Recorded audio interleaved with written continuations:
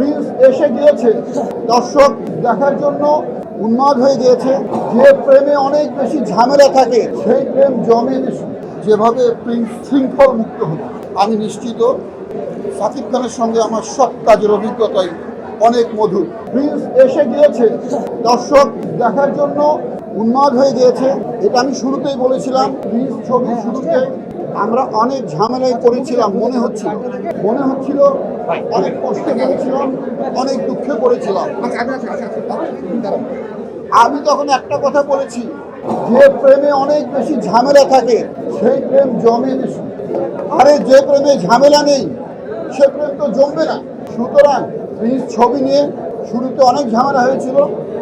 আমরা তখনই বুঝেছিলাম যে প্রিন্সের সামনে অনেক সুন্দর দিন আসছে, অনেক সফল দিন আসছে। আজকে প্রিন্স দেখতে দর্শকরা যে কষ্টে পড়েছেন, যে ঝামেলায় পড়েছেন, যে হতাশায় পড়েছেন, অবশ্যই এই হতাশা কেটে যাবে এবং প্রিন্সের মতো একটা সুন্দর ছবি, দর্শক প্রিয় ছবি অবশ্যই দর্শকদের কাছে অনেক অনেক অনেক প্রিয় হবে।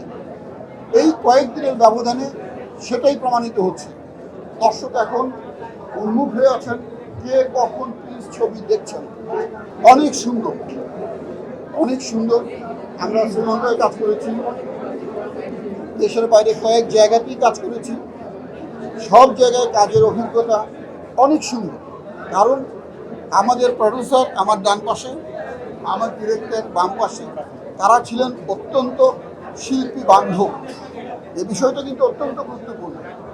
একজন প্রডিউসার যদি শিল্পী বান্ধব না হন, একজন পরিচালক যদি শিল্পী বান্ধব না হন, তাহলে কিন্তু শিল্পীর জন্য এবং টোটাল টেকনিক্যাল ক্রুর জন্য কাজ করাটা সমস্যা হয়ে যায়। আমরা কখনোই আমাদের কোনো শিল্পী, আমি নিশ্চিত আমাদের প্রডিউসারের কাজ নিয়ে, তার সহানুভূতি নিয়ে, তার আন্তরিকতা নিয়ে, আমাদের ডিরেক্টরের কাজ নিয়ে, কাজের মান নিয়ে, তার আন্তরিকতা নিয়ে আমি নিশ্চিত কোনো শিল্পী, কোনো কলাকুশলী কোনো অভিযোগ তুলতে পারবেন না। এটা আমাদের বড় অ্যাচিভমেন্ট ছিল। একটা কাজে প্রিন্স ছবির শুরু থেকেই নানা ঝামেলা হচ্ছিল, ভিসা পাওয়া নিয়ে, লোকেশন নিয়ে অনেক সমস্যা হচ্ছিল, কিন্তু কখনো আমি এই দুইজন মানুষকে হতাশ হতে দেখিনি। তারা এখনও যেরকম হাসছেন, শুরু থেকে শেষ পর্যন্ত তারা হাসির মধ্যেই ছিল। এটা আমাদের টোটাল প্রিন্স টিমের একটা বড় অ্যাচিভমেন্ট। আপনারা সবাই দোয়া করবেন। যেভাবে প্রিন্স শৃঙ্খল মুক্ত হলো, আমি শৃঙ্খলই বলবো। কিছু ঝামেলা ছিল, এই ঝামেলাগুলিকে আমি বলবো শৃঙ্খল। আজকে প্রিন্স শৃঙ্খল মুক্ত। আমি নিশ্চিত লাখো লাখো দর্শক প্রিন্স দেখবেন এবং বাংলাদেশের চলচ্চিত্র শিল্পের উন্নয়নে সহযোগিতা করবেন। প্রিন্সের সফলতা মানে কি?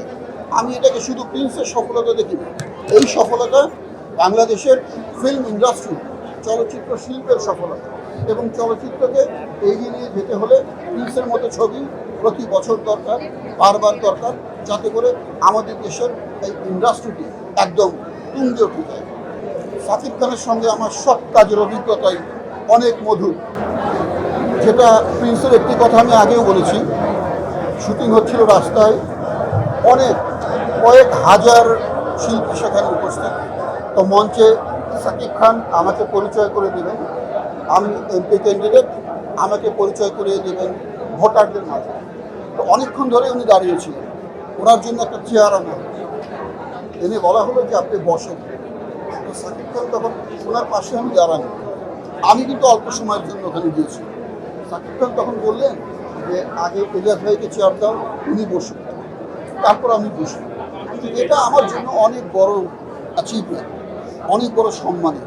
সাকিব খানের ব্যাপারে সব সহশিল্পীদের এই মতামত যে সাকিব খান সহশিল্পীদের সঙ্গে যে সুন্দর আচরণ করেন, যে আন্তরিক আচরণ করেন, এটা সবাই মনে রাখবেন। উনি সবাইকে সম্মান রেখে কথা বলেন, সবাইকে স্নেহ রেখে কথা বলেন, সবাইকে ভালোবেসে কথা বলেন।